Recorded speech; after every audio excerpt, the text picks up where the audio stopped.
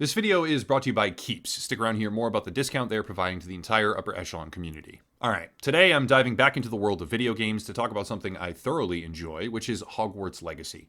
First things first, right off the bat, there has been a significant controversy around this title.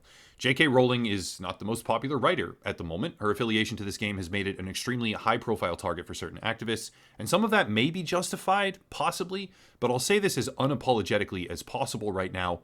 I simply do not care.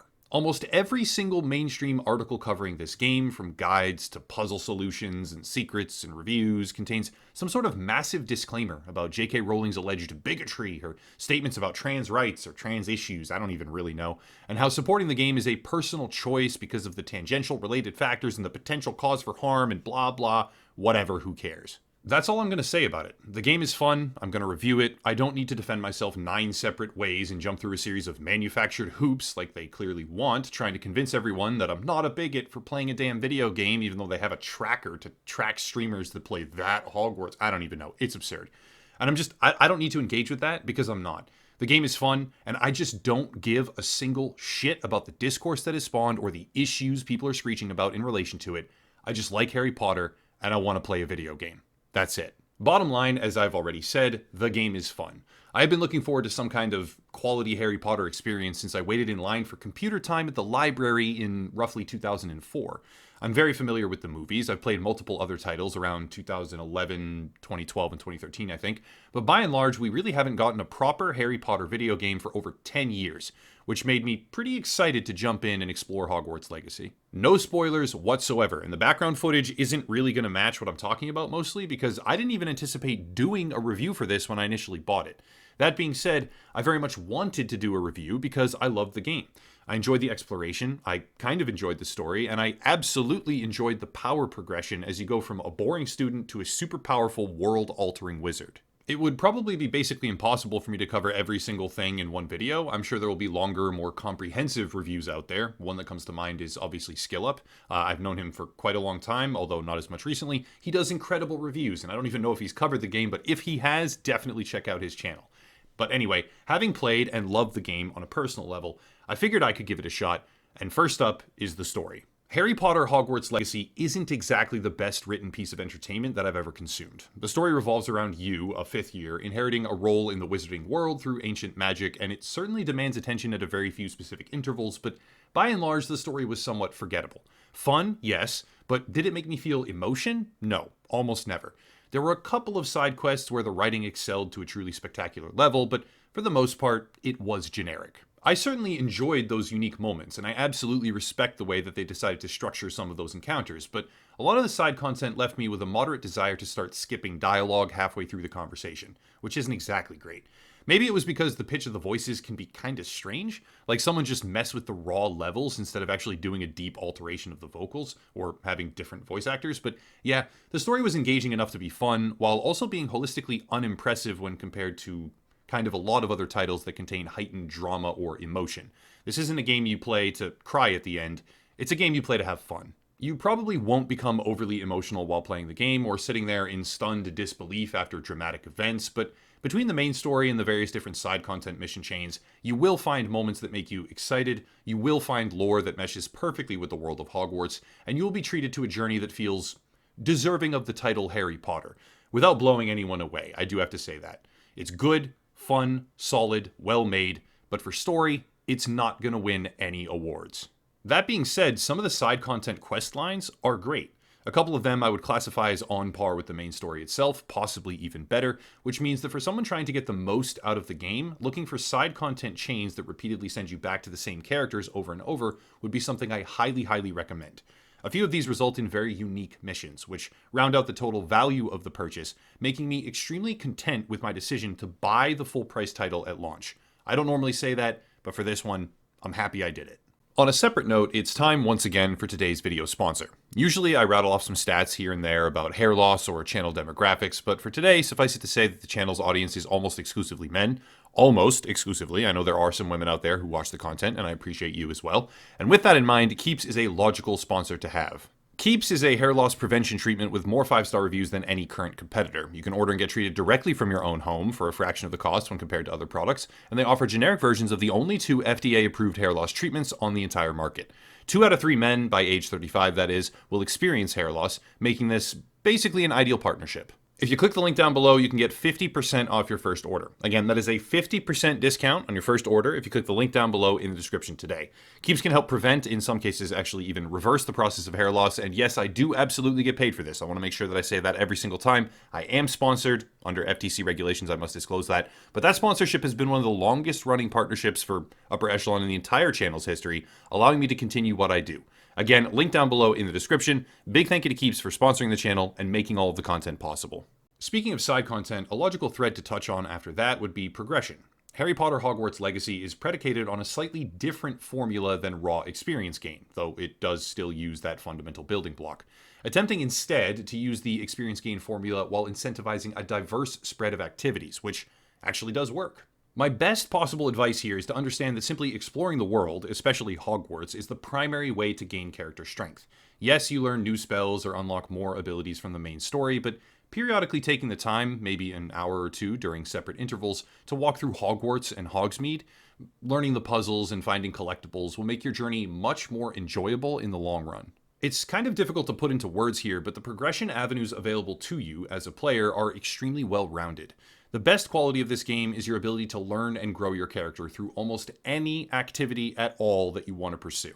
Light fires, solve movement puzzles, levitate objects, explore caverns, run obstacle courses on your broom, or any number of additional mechanisms to not only advance your gear, but also your character level, and then talents, consumables, etc. The progression is actually almost perfect. By the time you have learned what exactly these puzzles require, the many different types of them, though they are mostly rather simple, by the time you've learned what the puzzles require or understood the spells involved or got the spells involved, you feel comfortable. Spending a little bit more time doing these puzzles will make you feel not just comfortable, but powerful, and eventually, yes, I got bored doing them because I started to see repeats. I had mostly done everything in the immediate areas, and I wanted to see more challenging content, but by the time I got sick of the leveling structure, I didn't need to level up anymore, which is kind of the dream version of balancing. I wasn't grinding, I wasn't bored, I was simply exploring a fantastic world and being rewarded for it every single step of the way. My highest praise goes to the team who decided to develop this kind of leveling structure over something a bit more traditional, because it meshes seamlessly with the atmosphere of Harry Potter, and the idea that you, a student, are growing and changing simply from being in the magical castle of Hogwarts. Speaking of Hogwarts, this castle has an incredible amount of detail. Suits of armor fighting each other, screaming letters from parents, a whole bunch of different puzzles and side bits of content that mesh with the actual lore of Harry Potter in a way that's really, really cool to see. Side quests that take you to every corner of a perfectly modeled castle, hidden rooms, and even special secrets that will make fans of the lore incredibly happy when discovered. I found a couple really, really cool ones. I won't say what they are, but there are moments when you discover locked doors that you can finally open with famous relics behind them that maybe don't exactly do anything for you at the time, but being there as a student and finding it all for yourself is genuinely a very fun experience. Sadly, there does not seem to be a morality system. I had a few other people playing alongside me on their own characters, and I was able to see just how one-dimensional the morality of the game really is. You don't feel it in the moment, but when it's all over, when it's all said and done and finished, I started to realize that nothing I did really mattered the way I had hoped it would. There were multiple endings, I won't spoil them, just say that they do exist, and those endings are very, very easy to acquire. But unforgivable curses don't have an impact, despite the fact that they are, in the lore, unforgivable curses. Killing people right in front of other students and professors doesn't really have an impact like I feel it should. And I just wish they could have worked in some sort of morality trigger as a result of using the deadly curses a ton, which you don't have to learn, but you can. Speaking of deadly curses, they do effectively trivialize the game. Broken interactions between Imperius, stealth kills, and linked enemies will make it so that if you want to, you can easily move through content once you get access to them with no challenge whatsoever. But in the same breath, maximizing your gear and then choosing to boost the power of your combat plants through herbology, for example, can make you deal 50,000 damage per second practically and just melt through enemies before you can even see their name on the health bar. I honestly can't complain. The game takes you from being a doe-eyed idiot student with no actual special powers to a combat fiend who has the ability to manipulate enemies at will. You can lift them, slam them, flip them, throw them, freeze them, burn them, slice them, and stop them through time, all in a single chain of spells. The combat rotation heavily prioritizes careful matching, as well as crowd control, not just frenetic casting. And at first it might be a little bit tedious to learn and excel at, but in the end, if you choose to do so, it's extremely fun. For those interested, almost every single gameplay system in the entire game has value and can be used effectively. Want to catch and breed animals? Good. You'll have an edge in terms of gear quality, upgrades, and income. Want to grow plants and use combat allies? That works too. Just a slightly different time investment. Want to start brewing potions and become an invincible potion master? That's what I did for a while. Great, because that works too.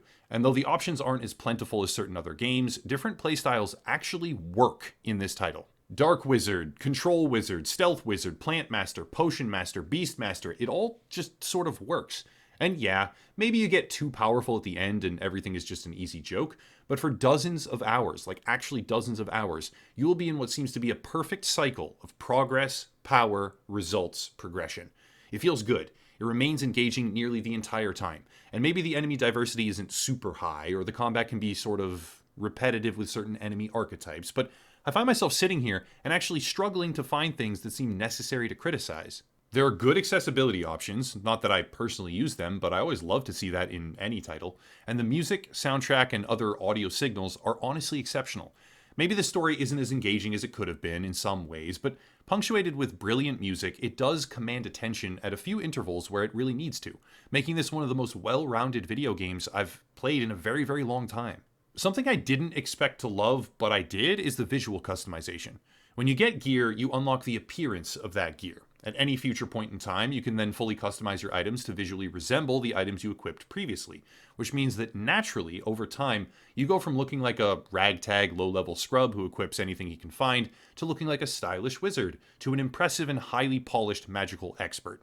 You don't have to engage with the cosmetic system at all, but just like everything else in the game, it feels good to do so. It never feels forced.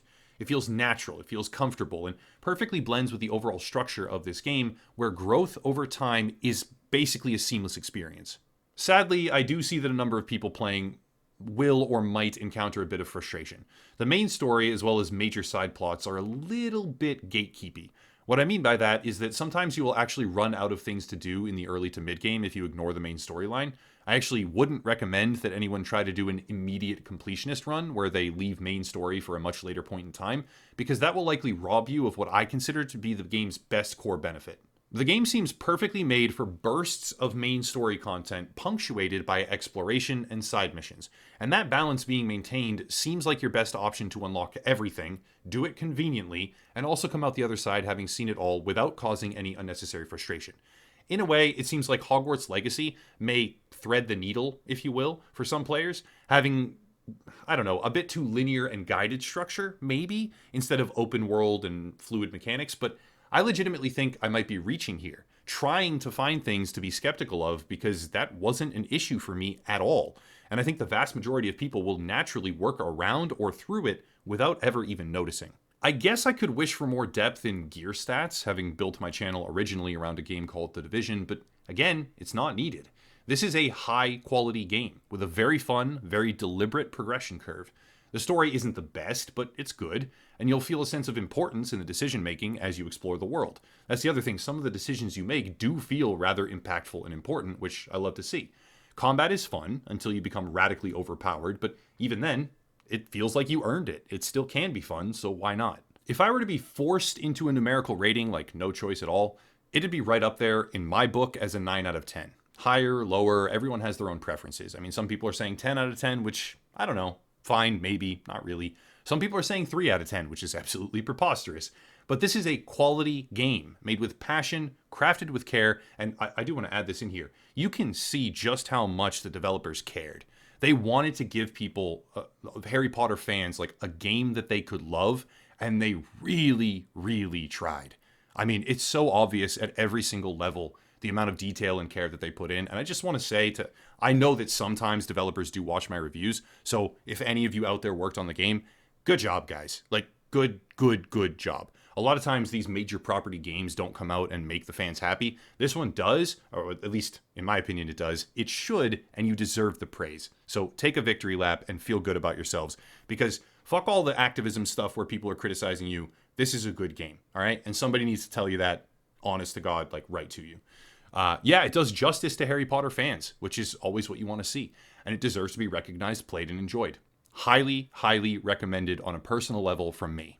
That's it. If you want to support, there are links down below: merch, social media, the video sponsor, of course, Keeps, etc., etc.